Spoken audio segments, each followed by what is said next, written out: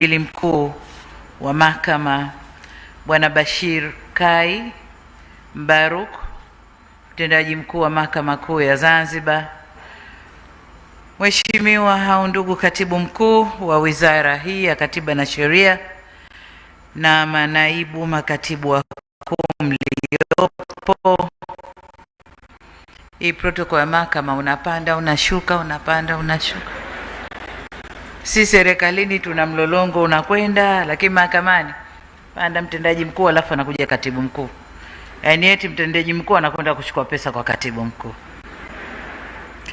Mheshimiwa Sylvester Mwakitalu, mkurugenzi wa mashtaka, wakili mkuu wa serikali, ndugu Posi, wakuu wa vyombo vya ulinzi na usalama mliopo nasi hapa, wakuu wa vyama vya majaji kikanda na yule rais wa majaji wanawake Tanzania, wasajili, manaibu wasajili, wakurugenzi na watendaji wa mahakama, wakuu wa taasisi mbalimbali za umma mliopo nasi hapa, mahakimu wa ngazi zote mliopo pamoja nasi, waheshimiwa viongozi wetu wa dini, ndugu zangu wanahabari, wageni waalikwa, mabibi na mabwana, kazi na utu. Majaji, kazi na utu. Asanteni sana.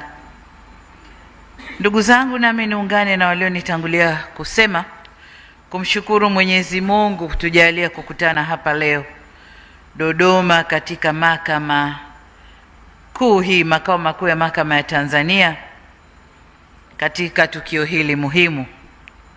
Aidha, ninakushukuru sana Mheshimiwa Jaji Mkuu na uongozi mzima wa Chama cha Majaji, Mahakimu na Majaji Tanzania kwa kunipa heshima ya kuwa mgeni rasmi katika ufunguzi wa mkutano huu.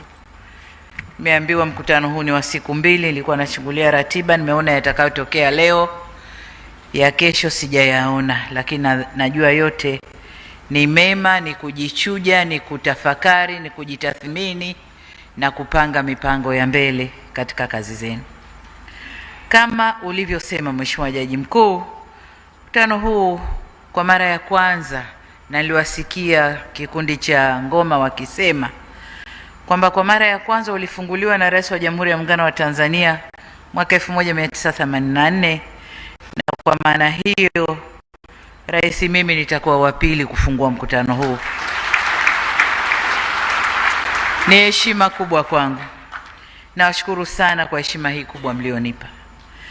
Nitumie fursa hii pia kuwapongeza majaji na mahakimu kwa kazi mnayofanya kwa wananchi wa taifa letu.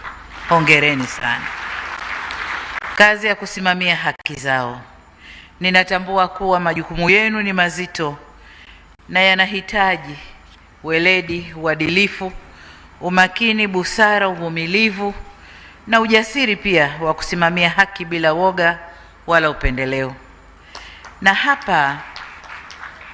hapa napenda ninukuu maneno ya baba wa taifa hayati Mwalimu Julius Nyerere aliyoyasema wakati akifungua mkutano ule wa mwaka 84, na nukuu: kazi ya uhakimu ni ngumu na inahitaji uadilifu mkubwa, na kwamba si kila mtu anaweza kuifanya kwa ufanisi bila kuwa makini, bila upendeleo na bila rushwa, kwa sababu haki lazima itendeke bila uchoyo na upendeleo. Hayo ndiyo maneno ya Mwalimu wakati ule ambayo mpaka leo bado yana uzito wake. Ni maneno mazito ambayo yanaishi mpaka leo. Mheshimiwa Jaji Mkuu, majaji na mahakimu, mtakubaliana nami kwamba hakuna taifa linaloweza kuwa na maendeleo endelevu na ustawi wa watu wake bila usimamizi mzuri wa haki.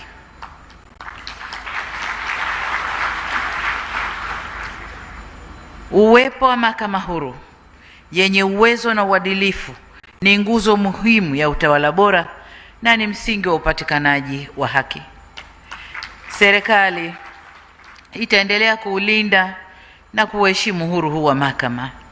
Ila nitoe rai kwenu Mheshimiwa Jaji Mkuu, waheshimiwa majaji na waheshimiwa mahakimu kuwa uhuru huu hauna budi kwenda sambamba na uwajibikaji, uadilifu, nidhamu, utii wa sheria na uzalendo kwa taifa lenu. Lazima hayo yaendane na uhuru wa mahakama. Watanzania wana matumaini makubwa sana na ninyi, na wangependa kuona mahakama inayosimamia haki kwa uwazi na kwa kuzingatia misingi ya kikatiba, sheria, lakini vile vile utu.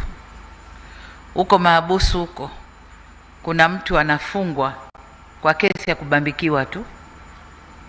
Sasa engineering gani imepita mahakamani mpaka mtu akaenda jela kwa kesi ya kubambikiwa?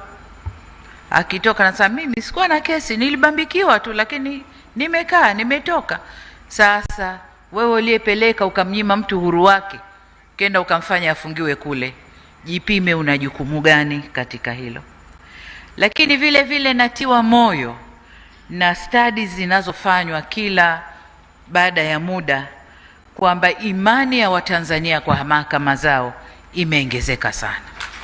Kwa hiyo hili nalo linatutia moyo kwamba mahakama zetu zinafanya kazi inayoridhisha. Kwa kutambua hilo, serikali ya awamu ya 6 imeendelea kuchukua hatua mbalimbali za kuimarisha mahakama, ikiwemo kuboresha miundombinu. Jengo hili tulilopo naambiwa ni la 6 kwa dunia na ni la 2 Afrika.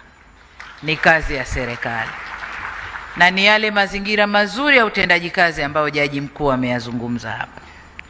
Lakini kuongeza rasilimali watu, serikali ya awamu ya 6 tumejitahidi sana kuongeza idadi ya majaji na mahakimu katika ngazi zote. Tumejitahidi sana, tumejitahidi kuboresha maslahi ya watumishi, tumejitahidi sana. Na nataka niwaibie siri hapa, napata barua za kuboresha maombi na maslahi, naambiwa kama walivyo majaji na sisi tunataka tuwe hivi. Kwa hiyo wakati wewe unalia pete yako uliovaa sio nzuri, mwenzio analia hana hata kidole cha kuvalia hiyo pete, hata pete mbaya hana. Jipime wewe na mtu ambaye afya yako ikitetereka anakwenda kukutengeneza kule, anakurudishia afya yako na hali yako uwe jaji bora, lakini bado mazingira yake ya kazi ni magumu na stahili zake ni ndogo sana. Tujipime hapo. Sasa aliyosema Jaji Mkuu hapa, it is as if tunaishi kwenye fantasy.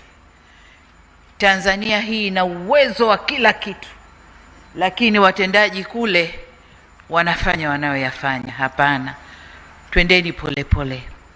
Maendeleo ni hatua. Tumeanza hatua za awali na nyie mmeona. Tumechukua hatua kubwa sana za kuirekebisha au kuijengea heshima mahakama yetu, iwe mahakama inayoheshimika duniani.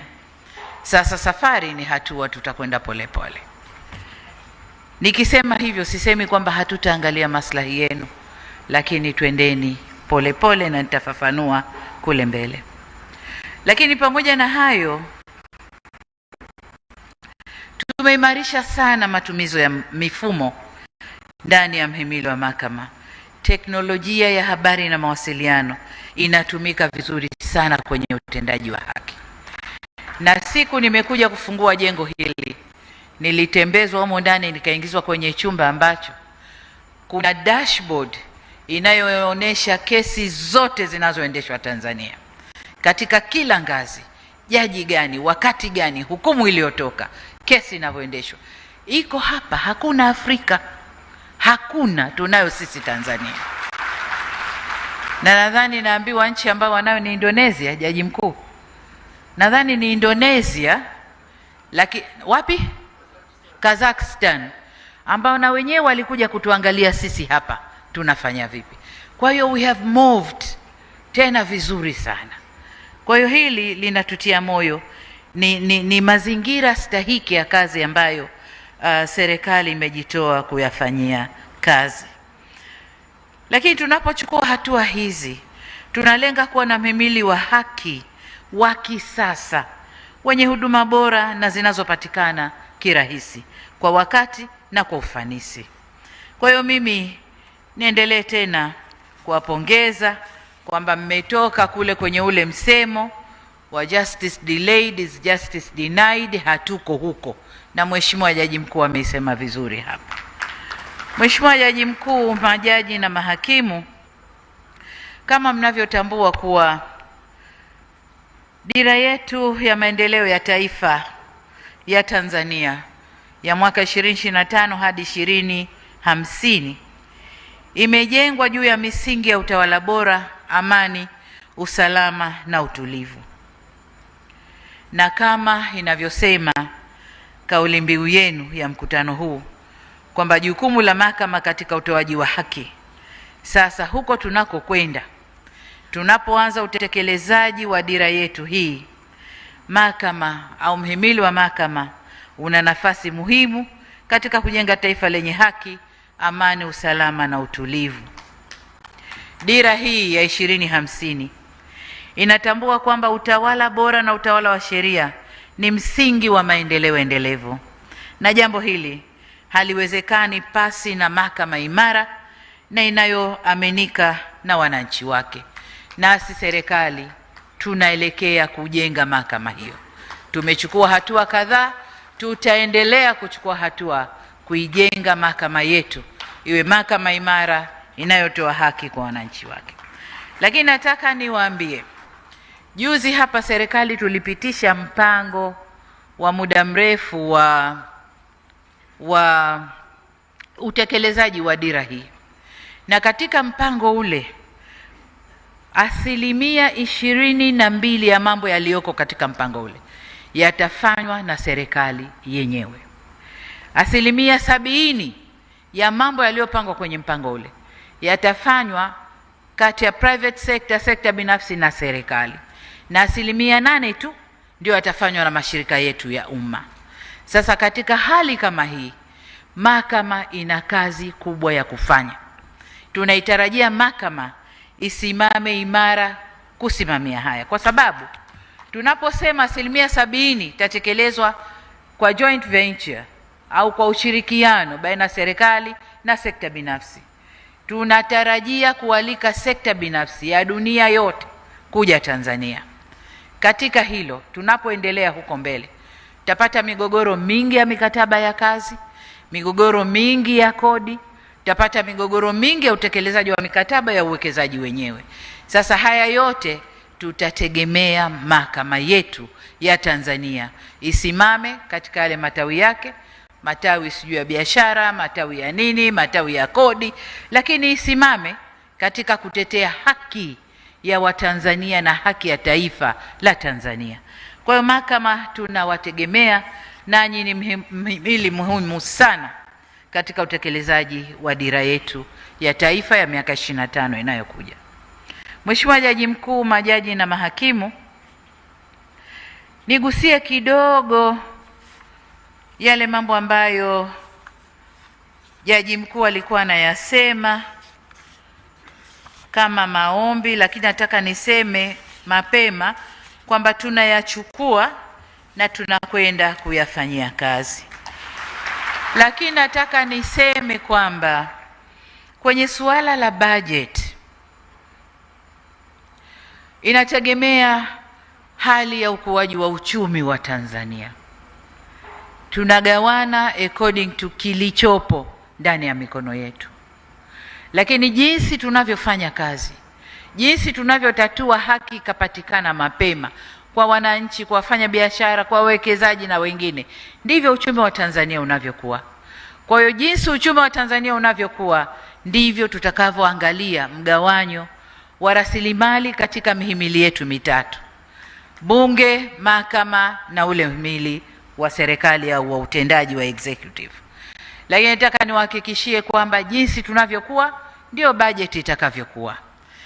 Na niseme kwamba kwa miaka 5 iliyopita uchumi wetu umekuwa ukikua hatua kwa hatua, si kwa kiasi kikubwa, lakini we had never missed a step. Hata kama ni 0.5, lakini tumekuwa progressively, tunakuwa, hatujawahi kurudi nyuma. Kwa jinsi tunavyokuwa ndivyo bajeti za maeneo mbalimbali zinavyokuwa, na Jaji Mkuu ni shahidi.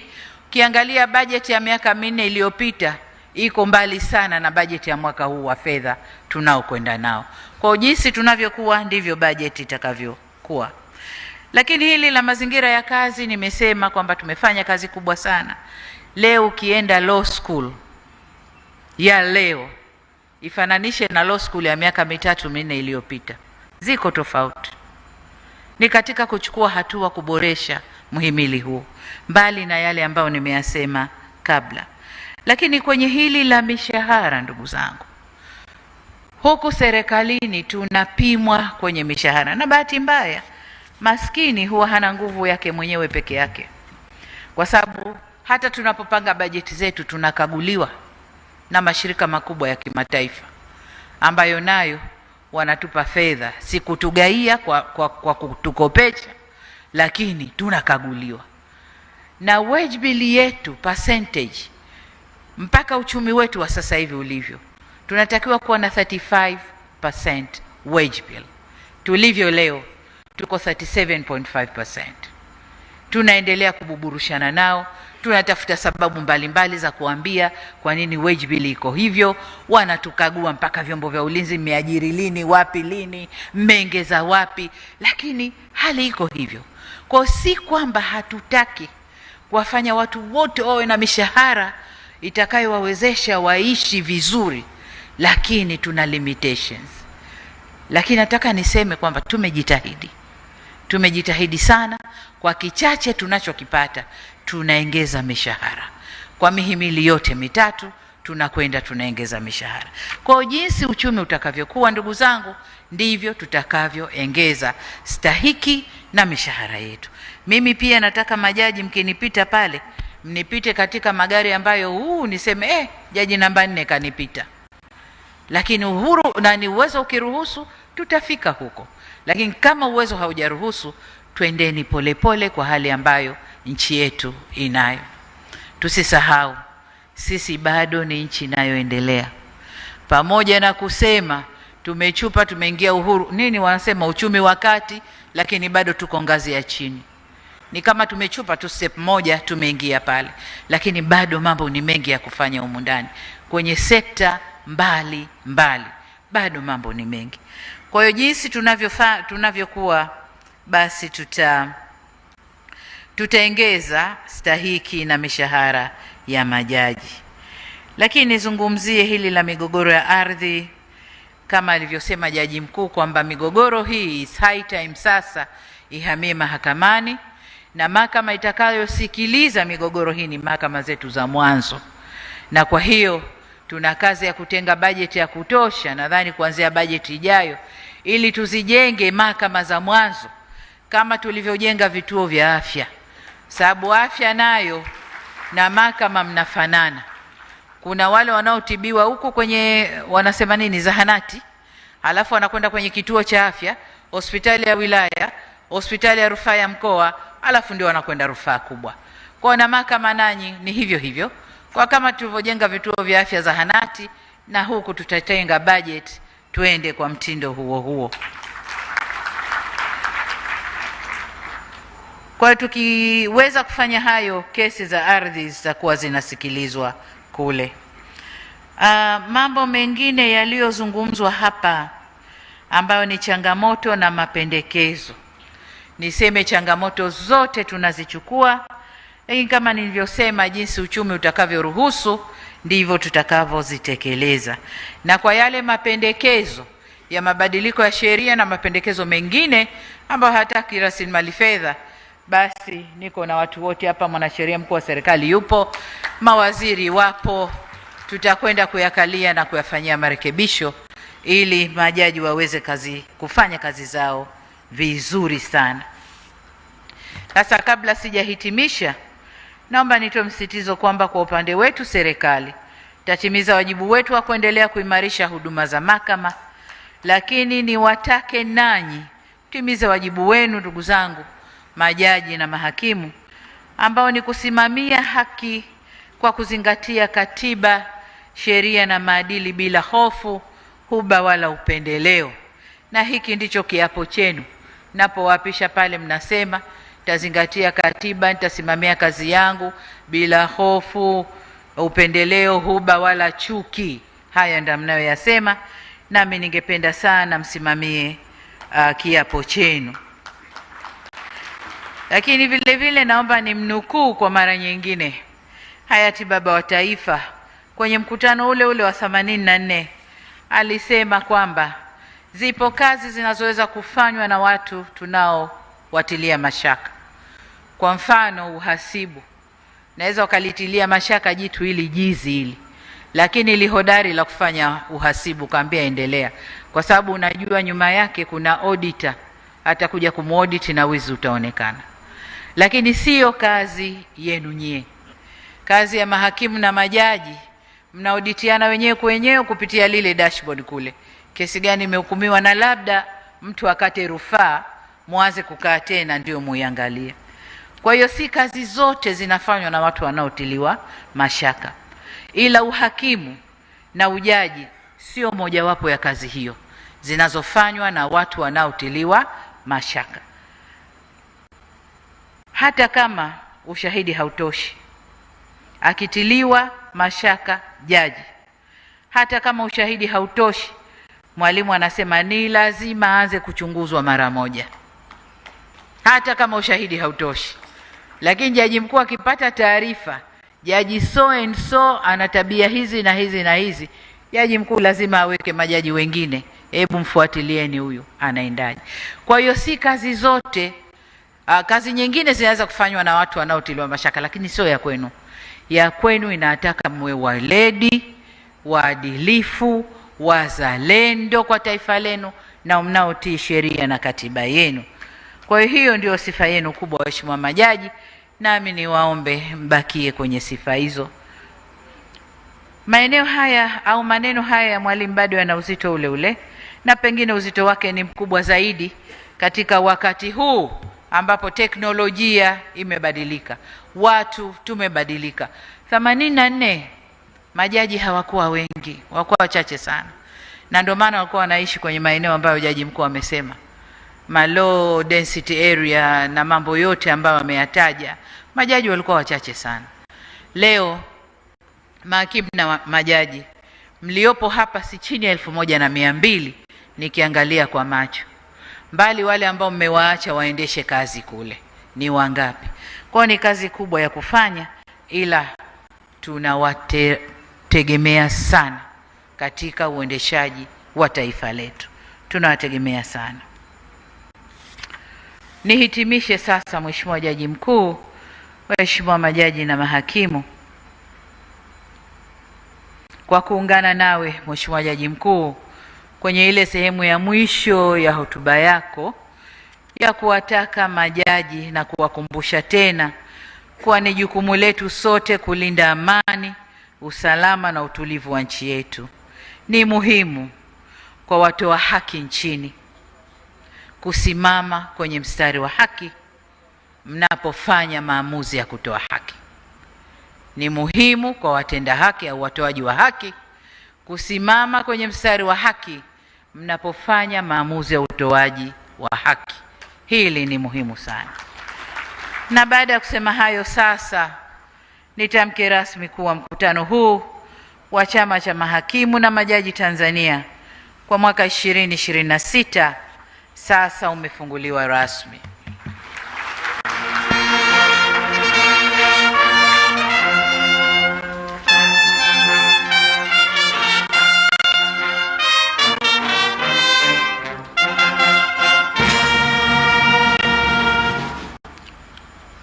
Naomba muungane nami kumwomba Mwenyezi Mungu aibariki nchi yetu Tanzania, lakini abariki